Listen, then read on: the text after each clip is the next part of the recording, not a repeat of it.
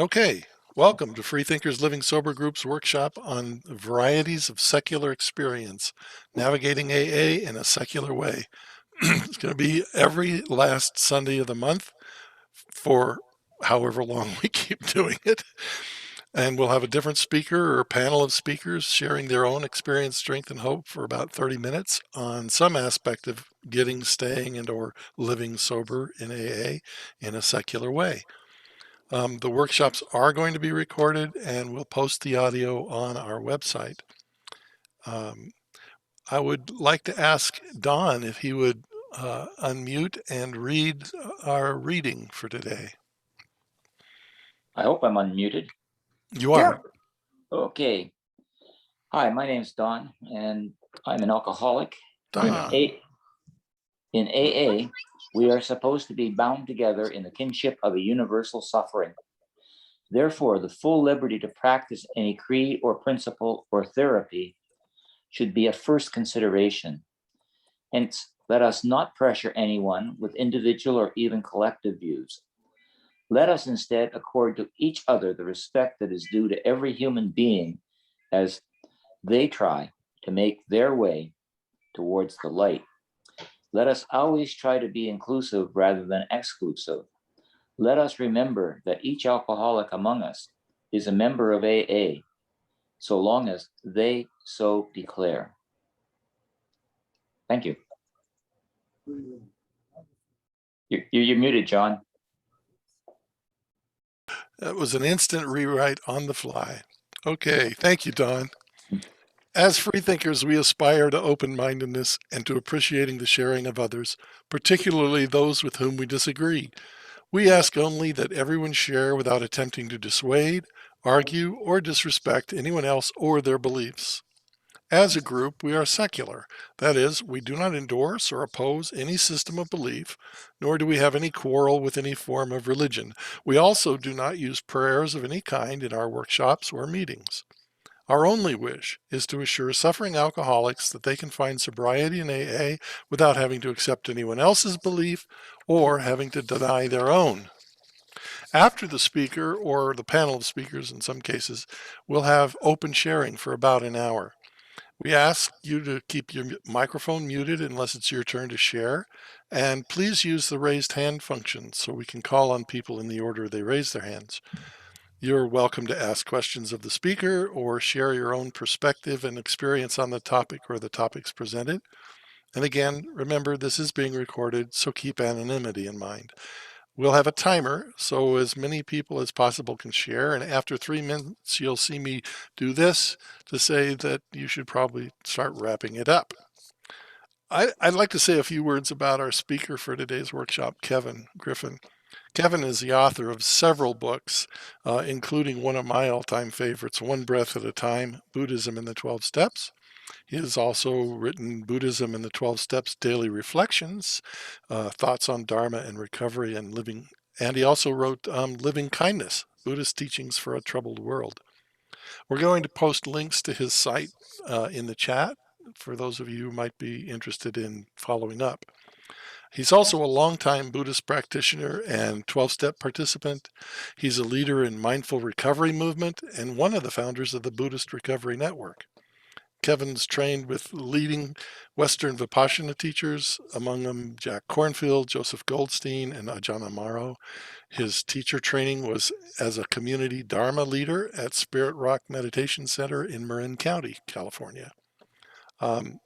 He also leads a Zoom class every week in which there's a 20-minute sit and then Dharma talk and questions. I'll put the link in the chat.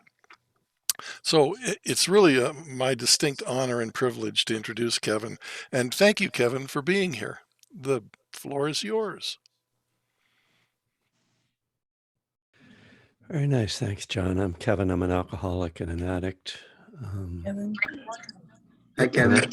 I guess as for anonymity or secularity, I'm pretty much blown on both those accounts since I've been identified as a Buddhist, which I think means I'm secular. I don't actually claim to be a Buddhist. I claim to be an alcoholic. I don't know. It seems more messy trying to be a Buddhist. easier for me to be an alcoholic. I don't know what I'm doing here exactly. I mean, I'm not sure what you wanted me to do. You know, uh, actually, I'm sort of asking you that question, John. Well, maybe just talk a little bit about your experience in AA, getting sober and staying sober, and walking Okay. a path other than Yeah. the sort of mainstream God-oriented path. Yeah. Fair enough. Good. Thank you. I just needed that. Shoot me off. Ping. Happy to do so. So, I was engaged in spiritual practices before I got sober, and I think was trying to sort of solve the problems of my life by meditating them away, or sort of hoping some magical practice would fix me. And so when I got sober, um, I mean, like everybody, I'd hit a bottom, and I felt I was really willing to do whatever I needed to do, which seemed to be, the steps in AA, and so I just kind of did them, in the beginning.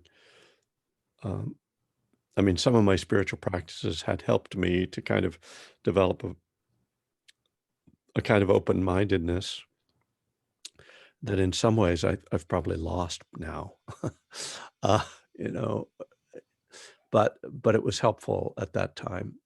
And so my first couple years of sobriety, I just sort of followed along, and we said the prayers, and I mean, especially the serenity prayer, which I didn't really think of as having anything to do with God, was just really about realizing when I was trying to when I was causing myself suffering by trying to do stuff that I couldn't do, to accept the things I cannot change. That was like a key thing for me. And again, it really wasn't about like, oh, God is going to help me do this. It was just reminding myself what I was doing in any given moment. But I had this Buddhist practice, and so I kept doing that. And I guess, Buddhism isn't, there's always this debate whether it's a religion or not. And certainly in Asia, it's a religion and practiced that way. But in the West, it's sort of become secularized in a lot of ways. And I think it's one of the reasons people are drawn to it in our culture, that it, particularly because there isn't this, major faith element. There's, that we're not really asked to believe in anything that doesn't make sense. We're asked to believe that everything is impermanent, things like that, which are not religious beliefs. They're just purely things that we can observe in reality. And so I guess that's what makes me compatible with a discussion like this, or with a group like this, that I'm not looking to some external higher power to fix me. Another real core principle of Buddhism is the principle of cause and effect, that everything has a cause, that there is no sort of magical intervention happening. And I've even had, debates about that point with Buddhists who want to believe that something they call grace, is operating, and I don't believe in grace as something external to cause and effect. But cause and effect is pretty complicated. So there's a lot of causes out there, not all of which I'm conscious of, or that I'm even responsible for. So anyway, I don't want to get too into the weeds about all that stuff, but over time, as my recovery evolved, I kind of got more on my feet and more confident, that I could trust myself, which, early in recovery, I did not really trust myself, and which again, I think is wise, was wise at the time. My decision making was not very trustworthy. But as I became more confident and functional, and my life started to really get on track. Uh, I think of it in some ways as like my intellect came back, and my intellect was really stimulated in recovery. I mean, I went back to school and started to think critically in ways that I never had as an adult, and so part of that then was sort of starting to question the language of the steps, and that particularly the God elements, and particularly in relation to my Buddhist practice, which was then kind of deepening. Uh, and I got to a point where I really wanted to see if I could blend the two. You know, early in recovery, I kind of kept them separate. It's like, okay, I'm sort of a Buddhist over here, but I don't know if that fits with this 12-step stuff. So, but I need them both. So I'm just going to kind of keep them separate. But at a certain point, that became untenable. And I just felt like I need to have an integrated recovery process. I need to have an integrated spiritual practice. And it's all got to come together, because clearly for me, recovery and the steps were really powerful and were changing me so much, and were really informing my Buddhist practice. And then, of course, the other was true as well, that my Buddhist practice was starting to had always really informed my recovery, but more overtly and more clearly was starting to operate there. And in those early days, even I would kind of preach to my friends about meditation, and this was the 80s, when not a lot of people were meditating in AA. I mean, I remember going to a meditation meeting where there was 5 minutes of meditation and then an hour and a half of talking about how difficult it was to be quiet for 5 minutes. And I had been on a 3-month silent retreat. So I was like, you guys are wimps, you got to get it together here. So I did. I introduced a bunch of my friends in those days to Buddhist practice, and started a meeting with some men in Venice Beach, California, which is where I got sober, and where we would meditate for 20 minutes at the beginning of the meeting. So yeah, at like 6 years sober, I moved from LA to Berkeley to go finish my degree at Cal, UC Berkeley, and Berkeley is pretty commonly known as really a center of Buddhism on the West Coast, and you know, encountered some people I had met along the way at some retreats, uh, and started to delve more deeply into that practice, and go on retreats, and again, which, I mean, I had always sort of done retreats, but started to get back into serious retreat practice, and started to really think about how Buddhism, how I could interpret the steps through this Buddhist lens, and so that just became really very rich, and but interest, um, right. Well, I'll say that, along the way in this process, as I went back to school, I became a writer. I had been a musician, so sort of shifting artistic expressions, I would say. Um, and eventually, after this long process, you know, decade-long process of exploring this, started to work on this book that John mentioned, One Breath at a Time. And I will say that,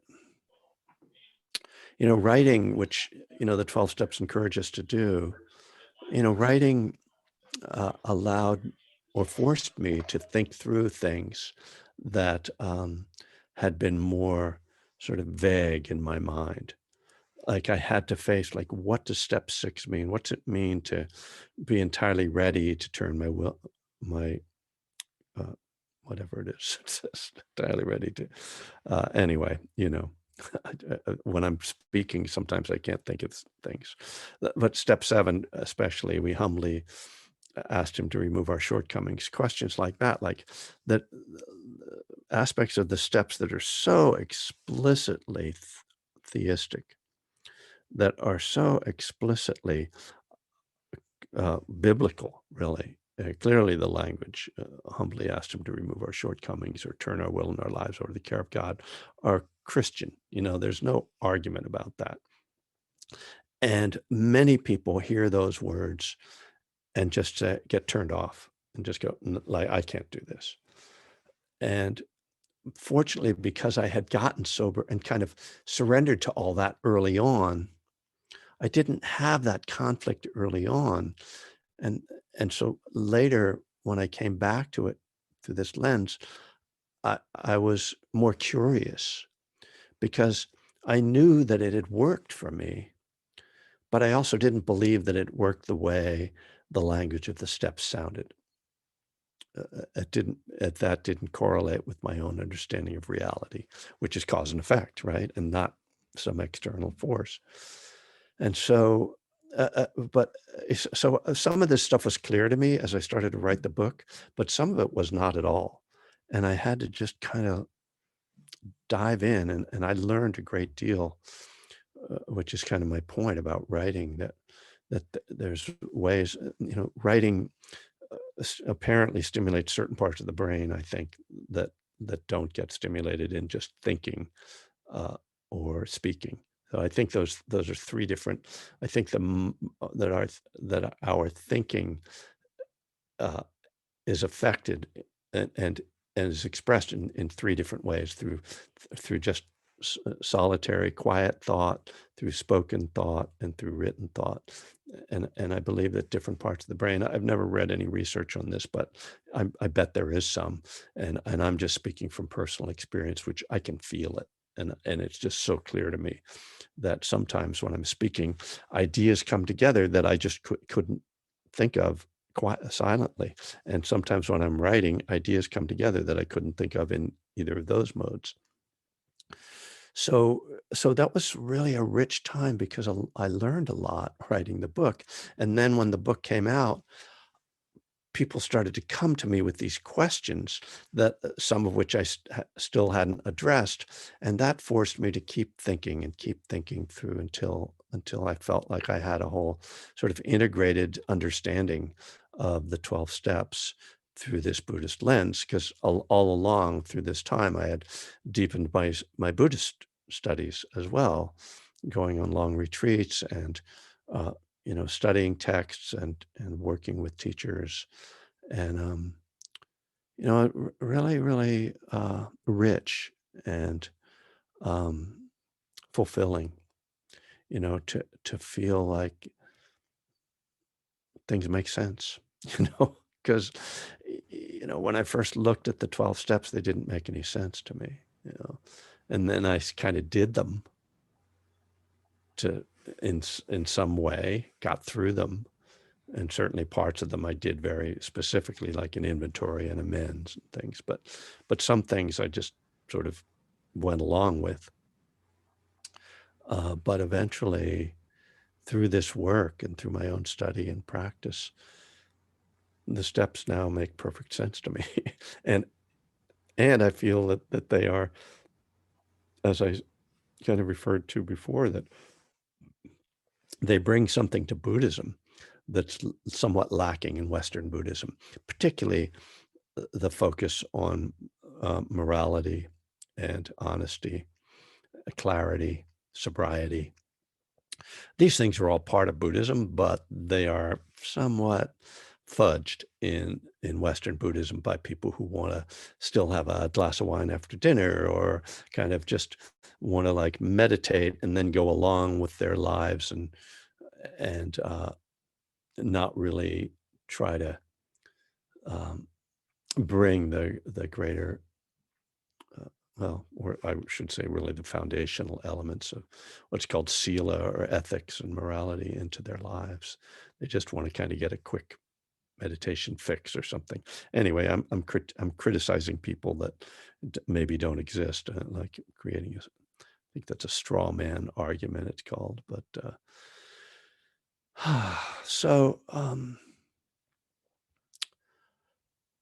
I don't know if I need to be more specific. I don't really want to get into trying to elucidate every idea around the steps that I've arrived at, because it's a complex system. And I mean, I wrote my second book is just about higher power. You know, that's over 300 pages, just trying to unravel what higher power would mean through a Buddhist lens. So sometimes people will say, well, what's a Buddhist higher power? I'm like, here's a book, like, because it's not, you know, I wish it were like a simple, oh, you just this, you know, oh, just be mindful or whatever.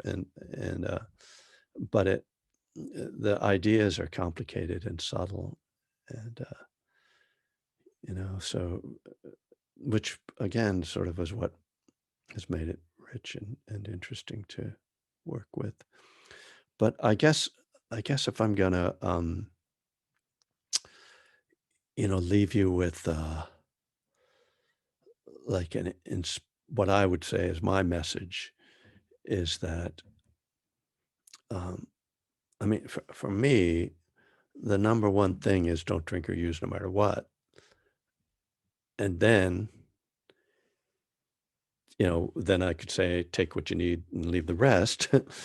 But even further, like, to not just reject the 12-step language because of its surface meaning, but to really investigate what you can discover, like to really have a willingness to explore.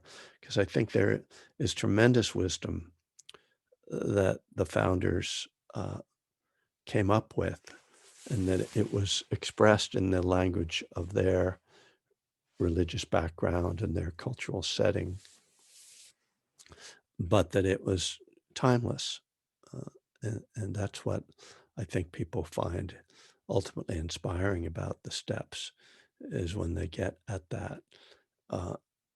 But I know it's not for everybody. It's not easy for everybody to put aside, just go, oh, well, I'll think of God in a different way. Like, we're very programmed, you know, language is like deeply conditioned for us. So it's really hard for people, for instance, to turn the word God into something that's not the name of a being. And that's like one of my number one things. Like, if you can think of God is not a being, then you can refer to God as it, and turn your will and your lives over to the care of God as you understood it.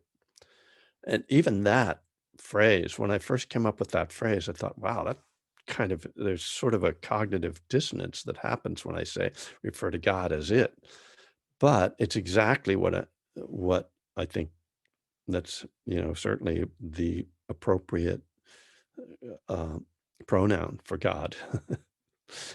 If God is in a Zoom call and puts its pronouns in there, it and they. You could also use they for God. I think that would be more like the Hindu approach. But so you know, those kind of investigations, but they take a lot of willingness, you know, and not everybody has that willingness, you know. And I understand that you can get frustrated and just say it's too much trouble, you know.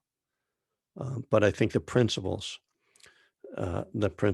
of, you know, the powerlessness, that if that can be understood in some way, the principle of our own lack of control, the principle that we need spiritual guidance, spiritual tools, the principle of honesty. I mean, the principle of honesty maybe is number one to me, because that's sort of throughout the steps. Step 1 is honesty, and step 4 and 5 and step 9, and, you know, honesty throughout. The principle of continued self-examination, which goes again with honesty, that willingness to look at our shortcomings. So hard. I'm actually going through a very difficult self-examination after getting some external critique around my own. You know, I don't like the language of character defects, but whatever, my own personality quirks. Let's be. all of that. And of course, then the resolution of the steps, the idea of service and getting out of ourselves, uh, so freeing. And so all those principles to me are so valuable and shouldn't be lost in a debate with the language, but rather, uh, mine them out, go digging for them and find those precious gems of wisdom and let the dross, clear that away and go for the gems. So that seems like enough. Yeah, thanks for Well, letting me share. thank you, Kevin. I think what I'd like to do there's a couple of questions that came up in my mind, and I'm sure other people have had too. First of all, the second book, if I remember correctly, that was A Burning Desire. Is That's that right. right? Thank you. I love the way you're naming my books. Well, Marketing here. I've read them all and I like them all. Thank you. Well, thank you so much for that great talk. We're going to open up the room for sharing. If you guys would use the raised hand function, I would appreciate it. If you're on a phone, that's a *9, if I remember correctly, and we'll call on you in the order that you raise your hands.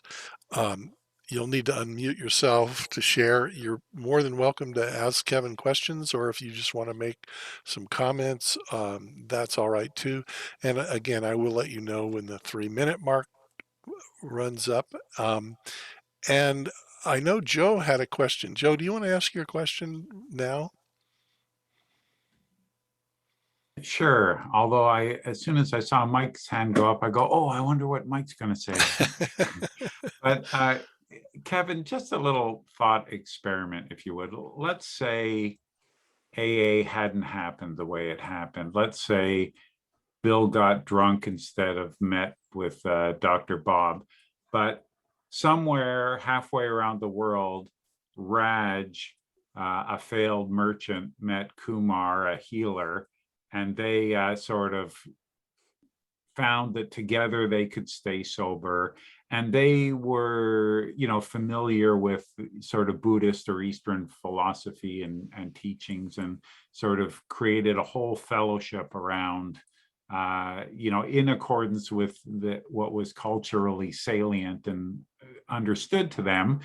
How different would it be from AA, and would it have caught on in the West, or love or hate the sort of Christian culture? We're familiar with monotheism, so AA isn't unfamiliar to us. But how different would it really be if it was sort of an eightfold path approach as opposed to powerless and seeking outside agency path?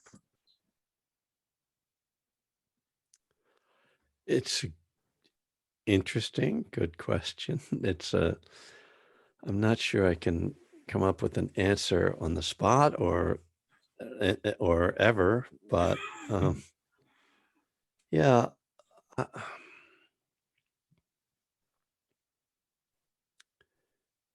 mean, I guess I would kind of turn sort of back on addiction rather than looking at the recovery path, and sort of ask, what is it about addiction that has to be addressed to recover, and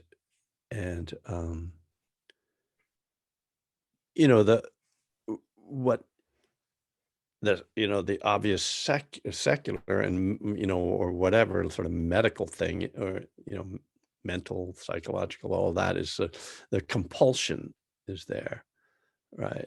So somehow you have to address the compulsion. But I do think that the founders of AA were helpful in pointing out that there are these different elements of the disease. They talk about like there being an allergy, but then that there's a spiritual disease too. And so what's the nature of the spiritual disease? I'd say it's a kind of nihilism or nihilism. And so I think, you have to sort of, how do you address compulsion and nihilism?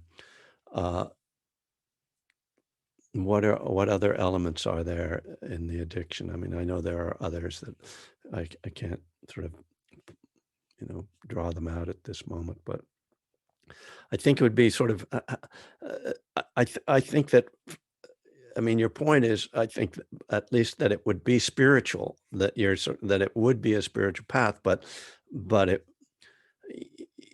wouldn't necessarily have this idea of turning it over.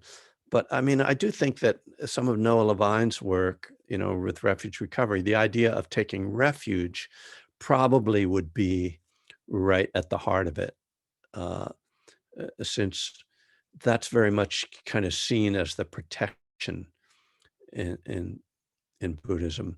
And I guess when we speak of protection, we also speak of loving kindness or metta as a protection. If you look at there's 11 benefits, they say, to practicing loving kindness, and one of them is that it protects you from from poisons, for instance, and violence. So I think you would probably call upon love and refuge.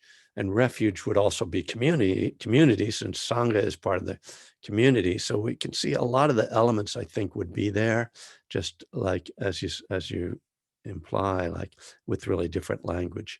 I mean, the powerlessness is the thing that's addressing the compulsion, right? And I'm not sure how you do that. You recognize the first noble truth in Buddhism, which is the truth of suffering, that then,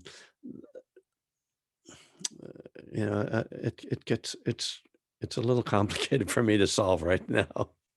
But if you come up with the answer, I'd like to hear it.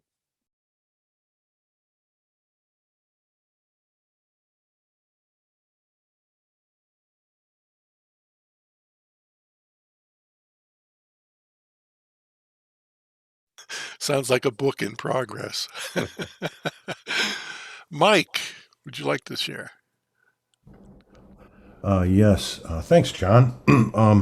And thanks, Kevin. I love your stuff and the books, and actually the fortuitousness of this, if that's the right word, is cool, because me and a couple of pals are going to be starting a little study group on the 12-step workbook, which I've had for a while and only got up to page 22, but it helps when you got friends involved. So what I wanted to talk about, just a couple of things, and to draw in Joe's point about the the Eightfold Path. I think we all know from AA Agnostic, and I can put the info in the chat, about the pamphlet in 1940 that Dr. Bob approved for the, I guess it would have been the Akron group, about that the Eightfold Path could be a substitute for the 12 spiritual milestones. Yeah, exactly. That's very good stuff. Very good stuff. I like posting those in non-secular meetings as often as I can.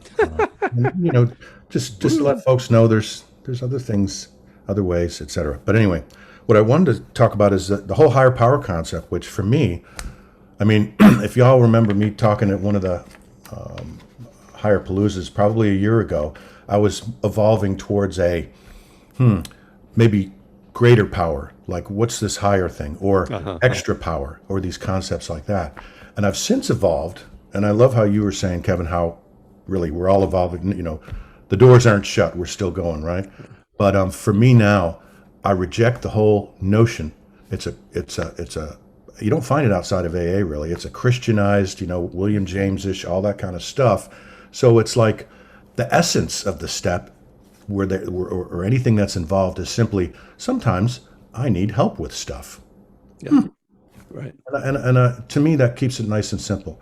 The last thing I'll say is that here's a question for you, and I'm also going to direct this at John too, because I loved when he was sharing way back when in one of the emotional sobriety things about spiritual bypassing. So I thought to myself, shit, man, I've been sober for a long time, and I know I've done that, early on, and I'm that's why I'm kind of going into some, reworking the coda stuff and stuff to see if I'm doing that again, got a bunch of books on it because that's what I do.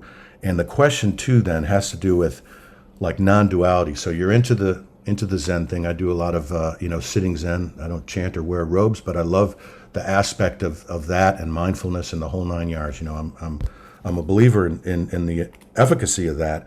So the question about non-duality, and so kind of nothing really matters, that nihilism that you're speaking of, right? That balance between that and compassion, right? Ooh, there's some stuff, right? So I don't even know if I need to say any more about that. I'll leave it at there, and I'm interested in what your thoughts are on that sort of, I don't know if it's a struggle exactly, but just kind of where the balance might be, right? That's all for me, Mike G, alcoholic. Yeah, thanks, Thanks, Mike. Mike. And I love the Allman Brothers too, so I'm with you there. And about higher power, I just want to say, like, I've kind of, when I really get into talking about this, I don't think it's not about a higher power. It's like there's just powers, and then you can use them wisely or you can use them unwisely, so, or in other words, there's a power of mindfulness. You can either be mindful or you can not be mindful. There's a power of love. You can either be loving or hateful, and it's just a power, and it's up to you how it manifests. It's not inherently a good or bad. It's how we manifest it. So higher or lower.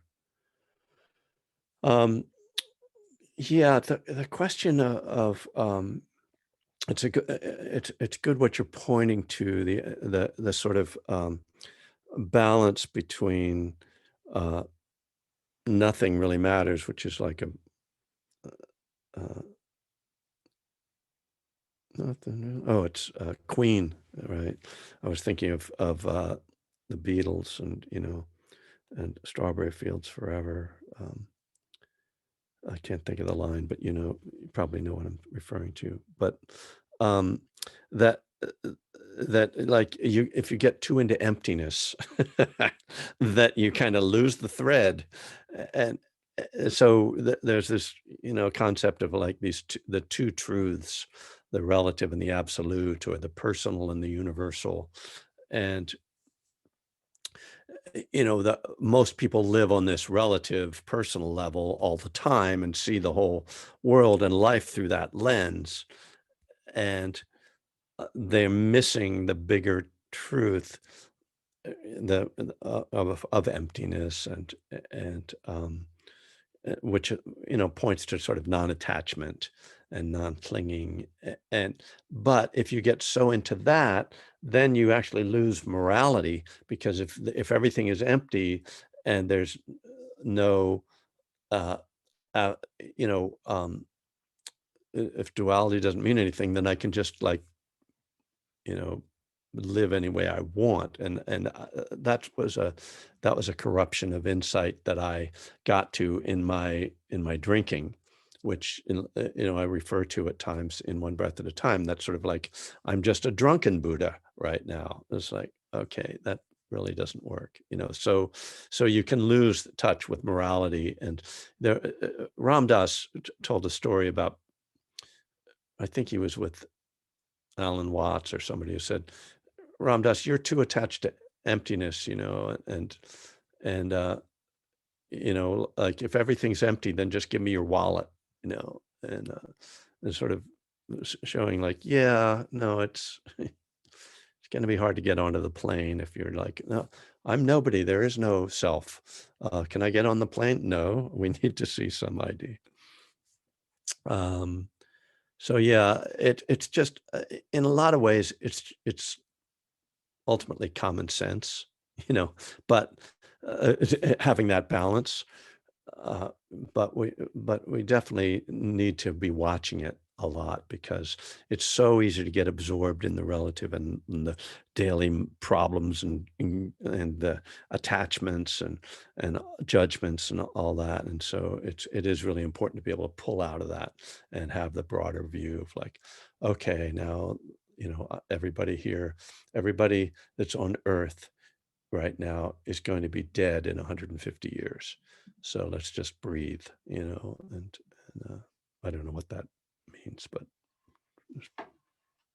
truth, Thanks, Kevin.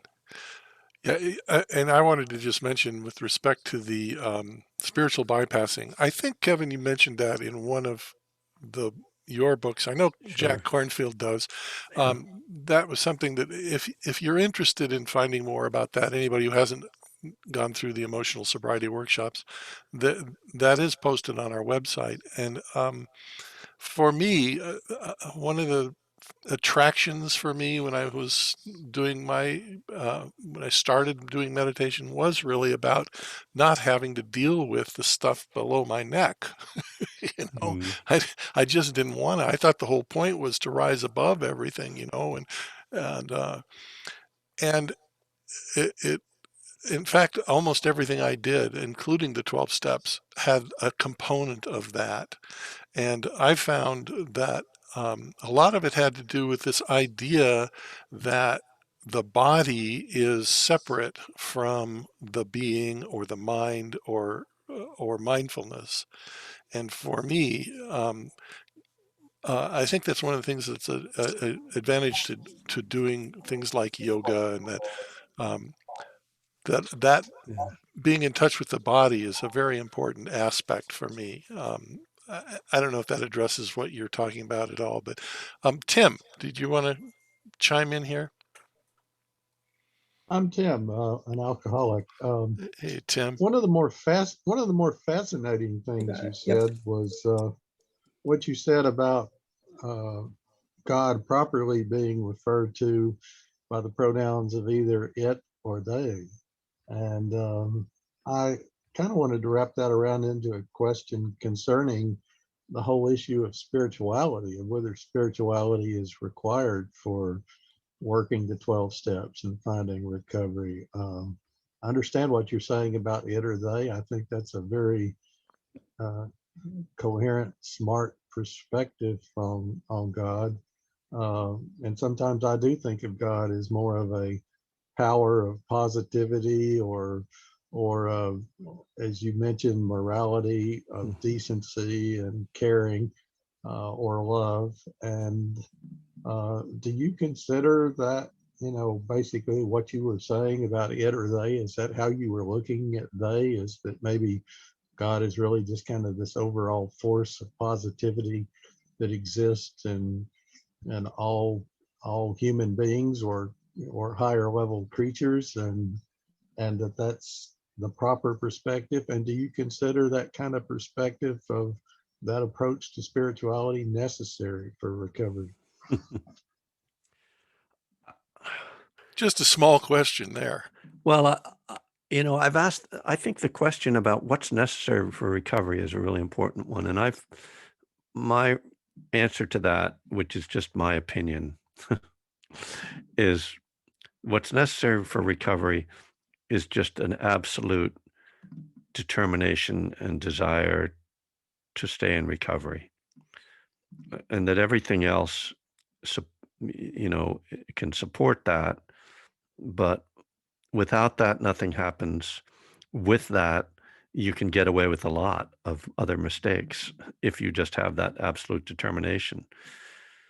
And then, of course, the question comes, where does that determination come from, and how do you stimulate that in someone if you're trying to help them? And that's another question. But my view about higher power, why I say they, is that, and this is like sort of what's in Burning Desire, my book about higher power, is that if I'm looking, because the subtitle for that book is Dharma, God, and the Path of Recovery, and Dharma, God is like that's like a term.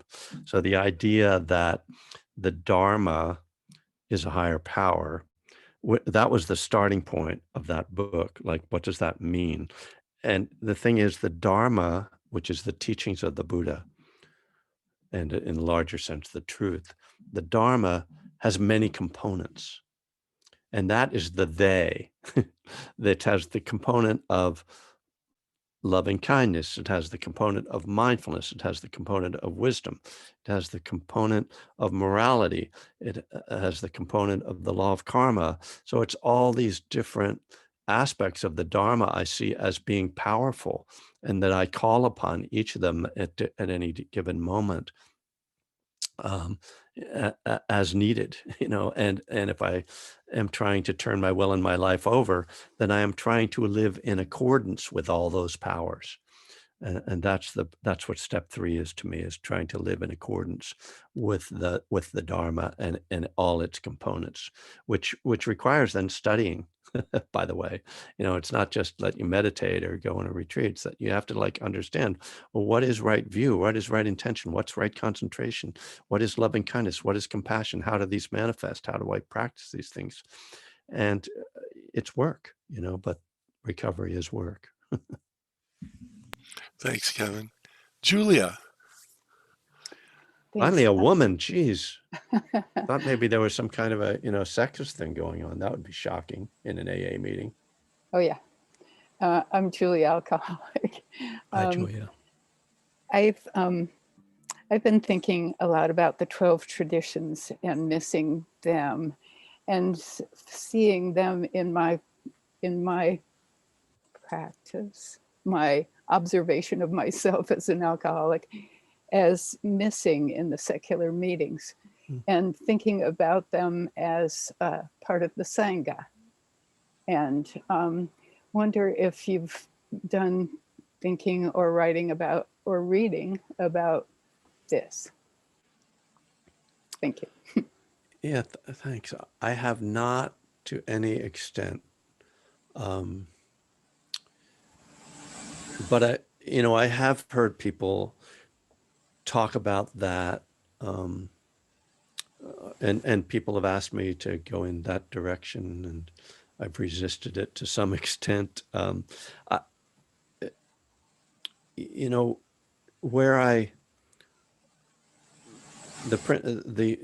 the tradition that I really respond to is the 12th tradition, and since I'm sort of and not at all the 11th tradition, since obviously I kind of break it, but I think the 11th tradition, which is the one that says we're supposed to maintain anonymity on the level of press, radio, and film, was mostly a response to the situation that AA found itself in its early years. It was meant to be a protection that I don't think is necessary in the same way. But the 12th tradition, anonymity is the spiritual foundation of all our traditions, I think is really interesting in relation to Buddhism, because anonymity is the 12-step equivalent of not self, the principle of selflessness or corelessness. And it's interesting that people will say, oh, well, I don't want to say I'm an alcoholic because I don't want to take on that identity. And my response to that is, actually, when you go to an AA meeting, you're letting go of your identity. You're just becoming another alcoholic, and you're letting go of your status and your, work life and your family life and all of that. And you're just becoming one of this group of people that are calling themselves alcoholics. And that means that you've lost your identity. You're not really taking on an identity. You're letting go of all the burdens of identity and actually taking on something that's very freeing. Because saying I'm an alcoholic, really what you're saying is, I'm not going to drink anymore, which in Buddhist terms is renunciation, which is one of the aspects of right view. So you're really, it's a letting go much more than it's a taking on. I mean, really, nobody wants to say they're an alcoholic because they don't want to have to let go of drinking, I don't know. And the ego, the threat to the ego. Oh God, I'm that. It's like, yeah, actually, if you're again letting go of attachment to being special and being, without flaws. Oops, you're admitting you're flawed. So yeah, the rest of them, I mean, self-supporting, and some of that I don't quite know how what I would do with it. the meetings are, each meeting is, I can't even recite them, but are there ones that you had in mind, Julia, that like you thought could be sort of built out into more spiritual principles? Yes, well, maybe about the common welfare being a matter of unity, and Right. and the loving group conscience Yeah. also being part of what supports recovery for so many of us. Yeah, that's great. Yeah, really good. Yeah, Okay, Don, thank you. do you have something you wanted to put in? Yeah, hi, I'm Don. I'm an alcoholic still. And Hey, Don.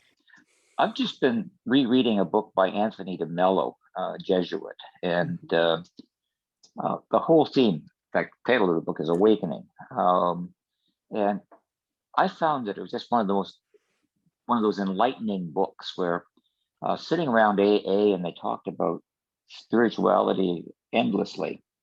And I could never really figure out what they were talking about. It seemed to be that it all revolved around meditation and prayer, and both of which I'm not much good at. And even though I sobered up in traditional AA, and I found the book was really helpful because what did he say?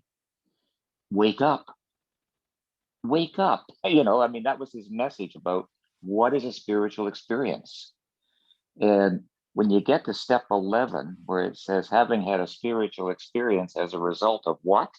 These steps, we start to realize who we are, what we are, and where we fit in the world. And I found that very comforting to hear about that and to see it in that light. And it sure as hell simplified my life, no end, in terms of, have I had a spiritual experience? Yes, I've gone through the steps more than once and have found more and more about myself as I go along. And I don't know what Kevin would have to say on that kind of a simplistic approach to what is spirituality, but that's where I find it right now. Thanks, Don. Yeah, I know Kevin has to leave at noon. I wanted to ask one more question of you, if you don't mind, my friend. Have you found, or did you, especially in the early years, any kind of resistance or trouble within AA, given your approach to working, not just working the steps, but your approach to higher power or lack thereof? I think well, the short answer is no, and largely that's because of where I got sober. As I said, Venice Beach, California is not a part of the Bible Belt, and it was, and I wasn't, and I don't today go into meetings, to proselytize or promote my own approach. I mean, I do that outside of meetings. That's my job. But and I was very fortunate that my sponsor was just very open to whatever. He at times thought I meditated too much, but he didn't make a big issue of it. So as I say, I was very fortunate because I know I have encountered many people who have had conflicts in the program over their spiritual beliefs, which I think in and of itself is a crime against the program, because the program is all about, what you posted in the beginning is, it's about open-mindedness, and step 3 and step 11 express that explicitly about higher power. So yeah, it's been okay for me. Yeah, I had the same experience getting sober in Southern California in '81. There were a lot of atheists and agnostics and different strokes, and I really didn't experience a whole lot of pressure, but I just wondered. The one time I went to a We Agnostics meeting, all they did was talk about God the whole time. And I was like, Well, I thought the whole point was to get away from God, so I didn't go back to that. Seemed pointless. That's not unusual at our meetings when a person first starts going to secular meetings for them to do a little ranting, raving, etc., etc. Yeah. And anyway, I saw Tracy. I thought you had your hand up. Yeah, she did. Yeah, I did, but I thought maybe because Kevin had to leave, I would just leave my question. No, go ahead. Go ahead. I mean, I'm not on, like, nobody's going to Okay, cut thank me you. off. I enjoyed your talk. Thank you very much for coming and doing this. I'm reading a book, and one of the lines says, "Everyone who has made the wise intention to recover, wherever they are on their path, has access that pure, wise part of themselves that the wreckage of addiction can never touch." I assume they're talking about Buddha nature. And I don't know if I necessarily agree with the fact that alcohol can never touch our true Buddha nature. What do you think about that? Whew. I question the concept of Buddha nature, actually, because if there is no self, if there is no solid self, then what exactly is this Buddha nature we're talking about? That sounds like it's verging towards creating some kind of a self that's like a special self. It's my Buddha self, but so that I don't use that concept anymore. I used to, but as I investigated it more, I became more skeptical of it. But I think alcohol can pretty much, in my experience, alcohol, there were no walls separating alcohol from anything. Unfortunately, No. it was able to completely corrupt my spiritual path. As I said, like being drunk and being like, oh, I'm just a drunk Buddha, because everything is empty. I mean, that's pretty, that shows how, once you're intoxicated, your judgment is flawed, right? And so, Right. and then you justify everything because that, you don't want to take responsibility. And so, yeah, I'm because there is, Trungim Trungpa, with whom I have quite an unpleasant, relationship, even though he's dead. It supposedly said that, I mean, I read one of his books where he said that he turned alcohol into nectar in his body, and he supposedly taught mindful drinking. Well, he died of cirrhosis of the liver at 47 years old, and so that seems pretty like he was pretty deluded, and was considered. Some people thought he was enlightened. Well, my teachers, at least someone like Ajahn Amaro, says, well, you can't be enlightened and die of alcoholism. That just doesn't make sense. And so, but a lot of people want to believe that you can somehow keep drinking and be spiritual. And, I just think that's a very advanced, graduate level denial. It's very profound denial. So, but I'm full of opinions, and I that's why people love me and why they hate me. So what can I say? Thank you very much. Yeah, thanks, Tracy. I'm glad I'm not the only one who has a problem with Jungle Trumpa. Kelly? Kelly? Yeah, hi. This is Kelly. I'm calling from France. I'm an alcoholic. Hello, And Kelly. hi. I don't know if it's a silly question I'm going to ask you, but I didn't hear all your speech, but I did hear something that really interested me. I got sober on my own.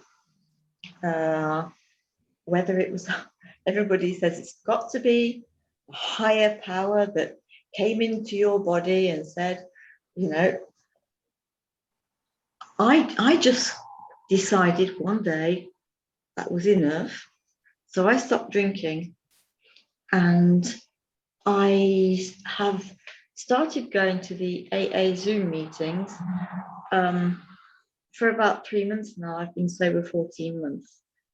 And so I'm yeah, thank you. So I'm really enjoying the meetings, and I go to the secular meeting, and I go also to the traditional AA meetings.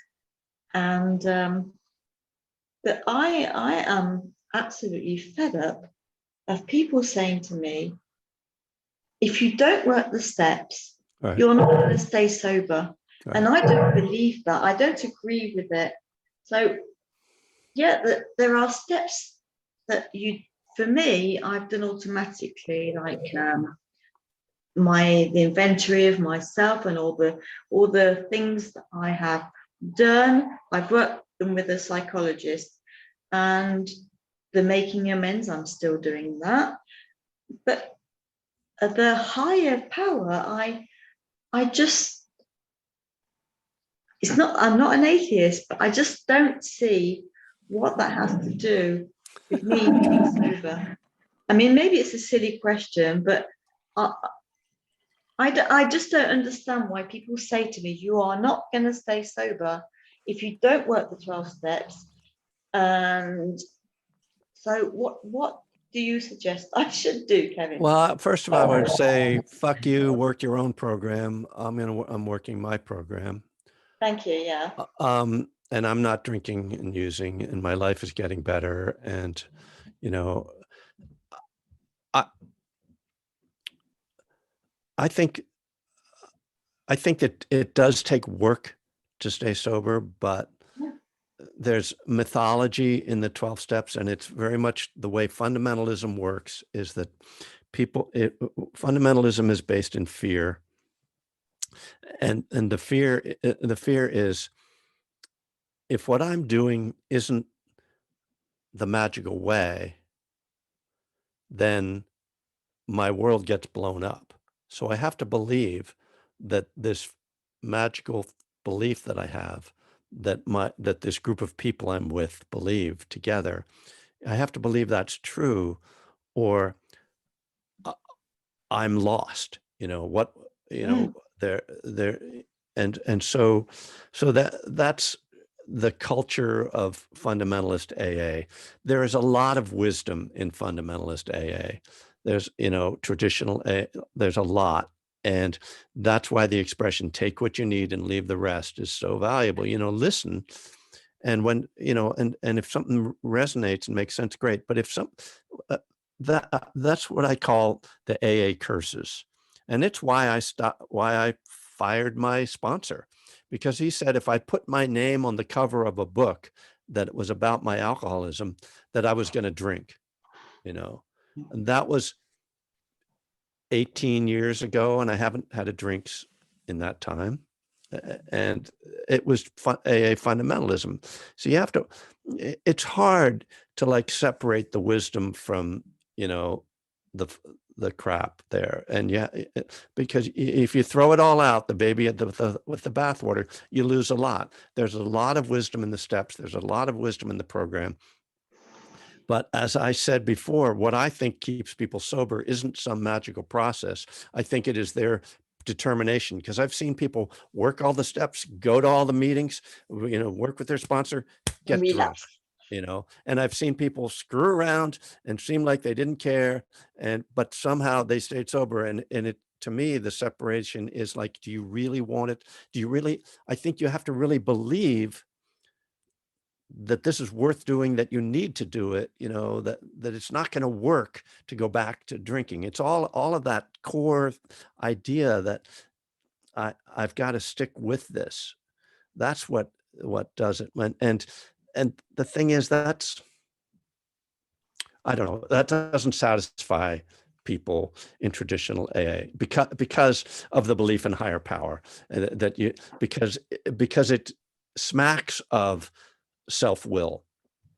And so, you have to understand the difference between self-will of I'm going to do whatever the hell I want versus self-will of your own clarity about what really works for you. Again, it's subtleties, and subtleties are really hard for people. People would rather not have subtleties. It's that, gray areas are difficult, but figuring out balances and, as I would talk about, like the relative versus the absolute, like where do I find, that's why people like religion, with just give me the rules, just tell me what's right and wrong, and then I'm taken care of, right? But for people of a certain intelligence and upbringing, that doesn't work, and so you get alienated and you throw it all out. So the trick is to somehow find what works for you and maintain your boundaries, where you can say, no, thank you for sharing, but really I'm working my own program. And so I call it my inner strength, and that for me that works. That works well. I don't want to drink. I got no. That helps. Yeah. And I just wanted. Yeah. Well, Thank you, Kelly. I wish you well, and I better take off. And Thank John, you thank so you so much for having me. And Thank you, everybody. Kevin. I really appreciate you being here. Great to see you. Great to see you. Thank you, Kevin. Okay, guys. Thanks, Kevin. All right. See you Thanks, again. Kevin. That sounded like a familiar voice. So we still have some time left. If someone has comments or anything, please feel free to. I know Kenji wants to say something, so go, Kenji. Hi there. Let me see. Let me turn my camera back on here. Sorry about that. There I am. I'm struck by. I find the word fundamentalist relating to AA kind of problematic, because it seems dismissive and negative and dismissive in a way. And I don't know exactly what word would be better, but maybe traditionalist. One thing that confuses me about secular AA, and I love secular AA, I'm feeling better about being in AA now than ever before in this last 8 months or so of being in secular AA, multiple meetings a day. But I find it somehow odd. I mean, not problematic to me, because you do whatever you do and it's fine. But that if everything is optional and it's no longer that AA is a particular program of action, then what is it? It seems like it. Yeah, I can't quite think of the words to finish the sentence, but I think you probably get my idea. All right, thanks, Kenji. Julia. I'm back. This that Kevin and Kelly were talking about reminds me of part of my question, which is that we work the steps, or our version of the steps, and then we help somebody else work the steps, and it's the helping someone else that that strikes me as the unity of the fellowship. And the reason why we work the steps isn't maybe simply because the steps, 1, 2, 3, etc., change us as human beings. It is when we get to 12 and we get to help somebody else work the steps that changes me, and keeps the fellowship growing and supporting of new members, especially new members who have difficulties with some of the words and some of the traditions, etc. So that's all. Thank you. Thanks, Julia. You know, one of the things that I don't know what was in Kevin's mind when he was talking about fundamentalist, but I hear fundamentalist not necessarily as a pejorative, but simply as a description of someone who believes in a strict or literal interpretation of whatever particular dogma or religion or whatever are they're in. So I know people who have a strict literalist interpretation of the big book, and everything has to be according to exactly the way that it says. And if you don't work the steps exactly the way that it says in the order, what's interesting, of course, is that there are contradictions. But so that's how I hear the word fundamentalist, is simply as someone who takes things as a strict um, interpretation. Do we have anybody else who wants to jump in and share their thoughts?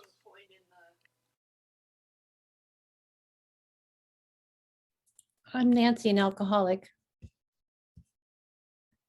Hi. Hi, Nancy. Hello. I was Hi, not sure. Nancy. Good to see you all. I think toward the end of what Kevin was saying, I heard a caution that I'd like to explore more with everybody if you want. Talking about of a certain intelligence and upbringing being necessary to actually understand or work the program sufficiently, I guess. And my experience in AA is that, there's a huge diversity and variety of people who stay sober. So the idea that you have to have a certain kind of background is exclusionary to me, and it makes me very concerned. I know a lot of people who don't read. They got through school and somehow weren't helped to read, and they still stay sober. They're, contributing members of the meetings and the fellowship. And the idea that this kind of conversation, which is pretty heady and philosophical, would not be accessible, and we couldn't learn from them, is worrisome to me. So I don't know what other folks think about that, if you heard any of that, or, I loved what Kevin had to say. I absolutely love it. So many things he said made sense to me. So I'm not going against what he's saying. I'm just curious about that sort of tenor that I sometimes hear. So thanks. Thanks, Nancy. Janice. Well, I have an idea about that. I don't think if you go to traditional AA, you've checked your brain at the door. I do sort of believe that about fundamentalist Christians. But not everybody in AA is a fundamentalist Christian. It's a really bad word to use. I like, using traditional. But your brain power has nothing to do with what kind of person you are. I've known lots of people in AA and lots of people in my life who haven't had the education I've had, but are just as brighter than I am. And I know a lot of people who've had lots of education who don't have the common sense to get out of the rain. So I've never tried to judge people on the basis of their intelligence, because I'm not sure we even know what that means. IQ tests are totally flawed. There's a great book out there called The Mismeasure of Man by, oh man, I just lost it. Anyway, he's gone now. He was a biologist. Gould. Thank you. And it's a great tragic book about how IQ tests have been used. And so, it's kind of the way that I just don't think we understand what makes up intelligence. So I really don't, I really don't think that I'm brighter than people in traditional AA. I mean, there are people in traditional AA I am brighter on, but there are people in secular AA I'm brighter than too. So it's just, I just don't like that idea, because it is to me exclusionary. And I'm, been fighting I mean, I believe I'm the token atheist in a lot of books, in a lot of meetings I've gone to. And, it took me 18 months getting sober in South Texas, in Southern Baptist country, to speak out about not having a God with a big G. And nobody threw me out the door. And I got to New Mexico and I thought it would be better with all the Indian influence and all of this. And it's worse. There are a lot of people who like to throw me out the door. But I won't stop talking about it, because I don't want anybody to come in the rooms and hear all the God stuff in the 12 steps and think that they can't stay, that they have to have a God to do this. Well, I'm an atheist. I was an atheist when I walked in the door, and I've been sober 16 years, and God didn't do that for me. The fellowship of the rooms, I did the steps. I think they're important, but the fellowship and service work and stuff like that, that's what keeps me sober. So anyway, I'll stop ranting. Okay. Thanks, Janice. Toby? Thank you, Janice.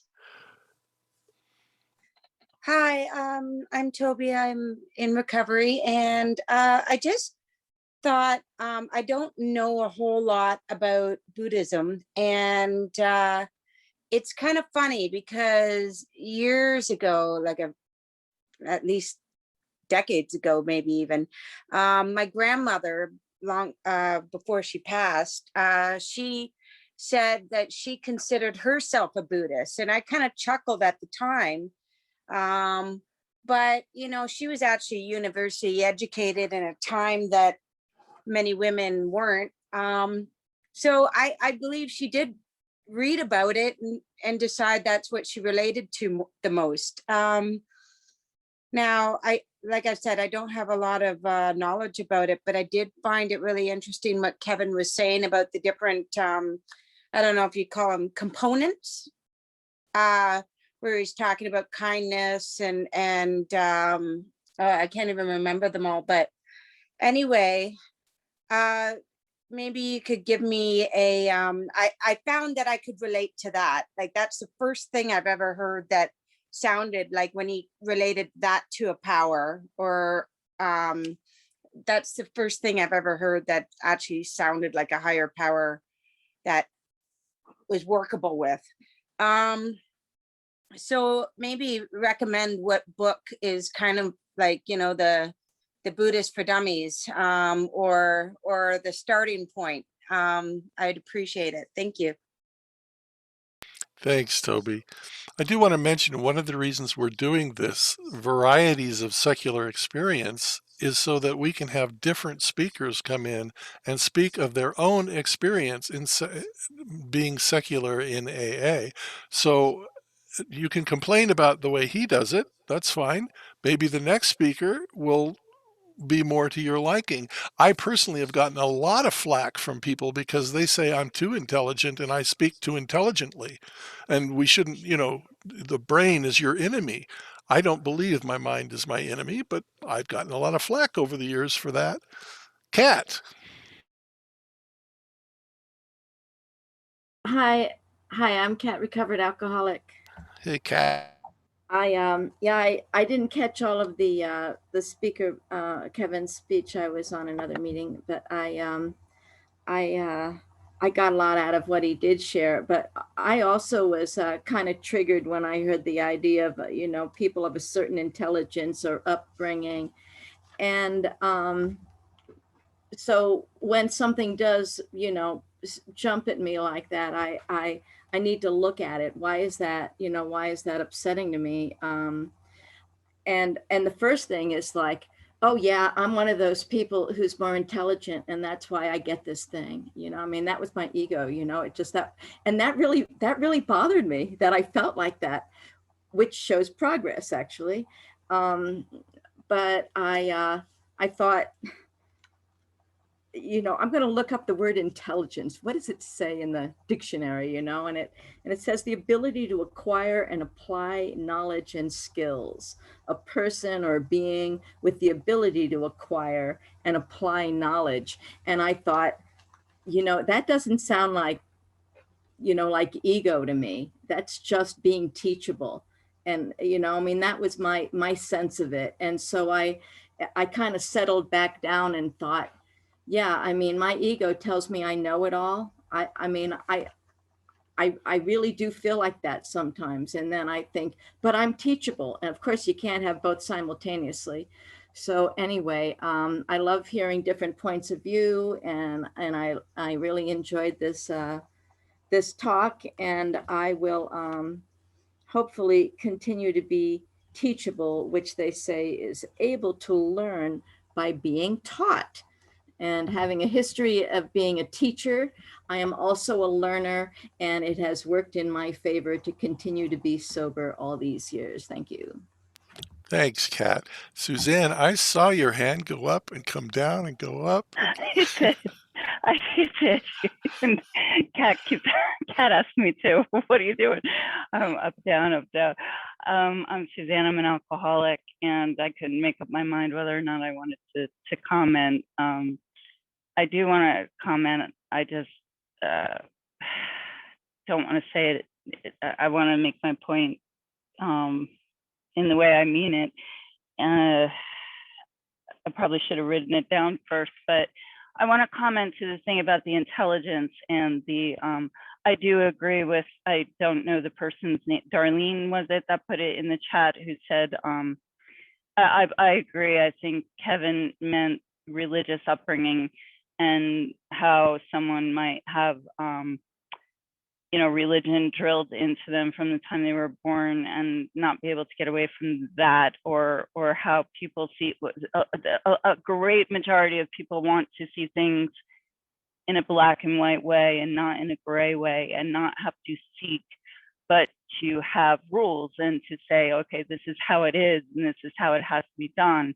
So they lean towards a religion. As far as the intelligence thing, I don't take offense to that at all, because what I find in secular AA that helps me is that the topics are different, and that people don't say the same things every single meeting over and over and over and over again. And maybe I needed that in my first 30 days or my first 90 days, but I don't need that now. It's not helping me grow. If I hear the same topics and the same repetitive voices week after week, day after day, I'm going to stop going to meetings, because I'm just going to read books and I'm going to end up isolating again and not having a fellowship. So for me, secular AA isn't about whether or not people are more intelligent. It's about whether or not people are more open-minded. And like Catherine was saying, teachable, which to me was taught to be the definition of humility, one of our principles. Being humble and teachable, and in turn, like Julia was talking about, then I can help someone else in AA, which gets me out of myself. So for me, secular AA is about the diversity of topic and shares. Yeah, so I didn't take any offense to that whatsoever. That's just, I hope that came across, made sense. Thanks for letting me share. Thanks, Suzanne. Appreciate it. One of the reasons I don't like the word calling them traditional AA is because when I got sober, AA was very open and very secularly oriented. It wasn't a big deal if you were an atheist or an agnostic, and that seems to have changed in a lot of areas now.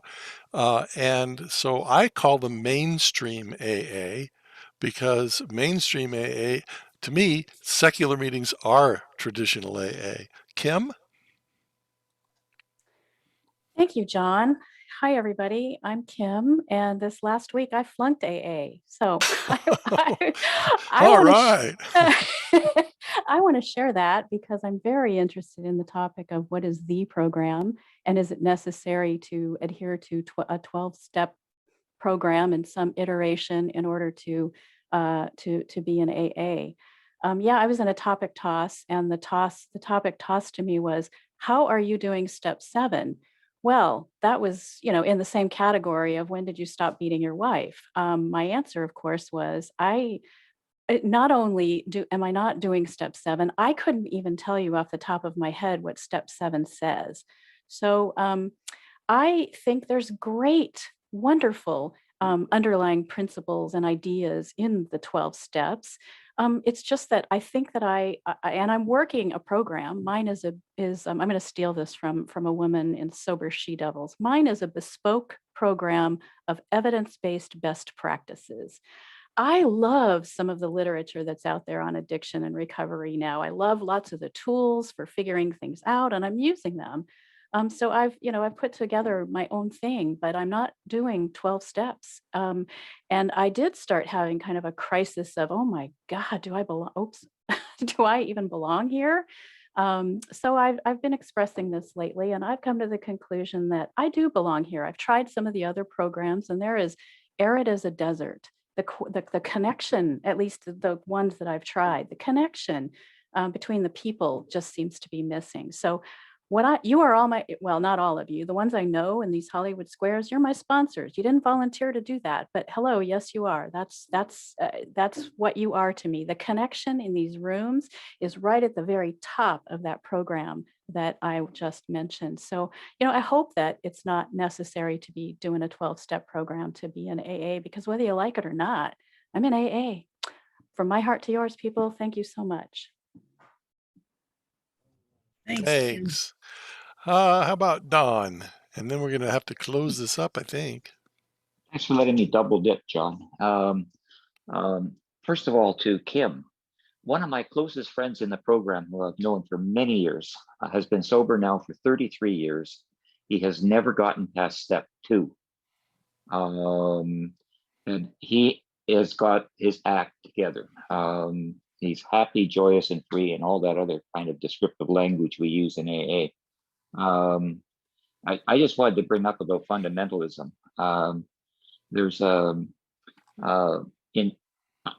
I worked with words for my whole career, and you quickly find out when you start to study language that there's 2 kinds of people. There's prescriptivists and there's descriptivists. And it seems to be the same thing in AA, where there are the people who want to prescribe what you do. And then there are the people who describe what you might do. And if you hang out with the people who describe what you might do, this is where I hang out with those kinds of people. And amazing, I've found it's worked, and I actually have gotten through the whole 12 steps.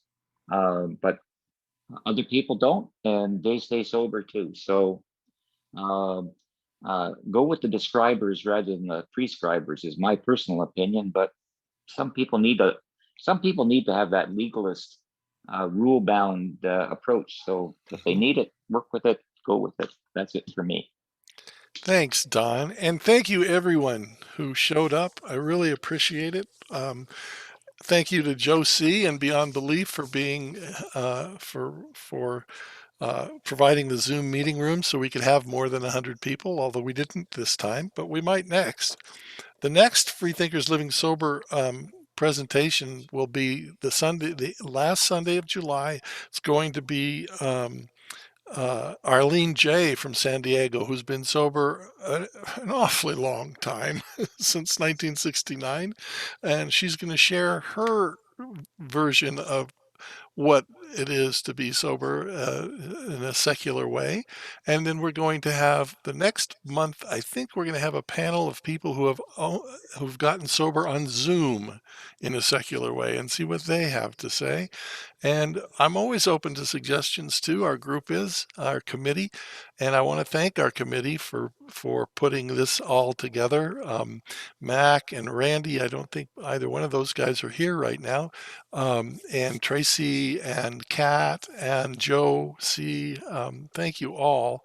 I hope I didn't, and Don helped us out. The way that we traditionally close our meetings is with the responsibility declaration. And if you would like to join us in a cacophony of chaotic fun, then you're more than welcome to. If you know it, please go ahead and join me. Who is responsible? I am responsible. When anyone, anywhere, reaches out for help. I want the hand of AA always to be there. For that, I am responsible. Yay. Thank you all. Thank you. Thanks, John. Thanks all. Right.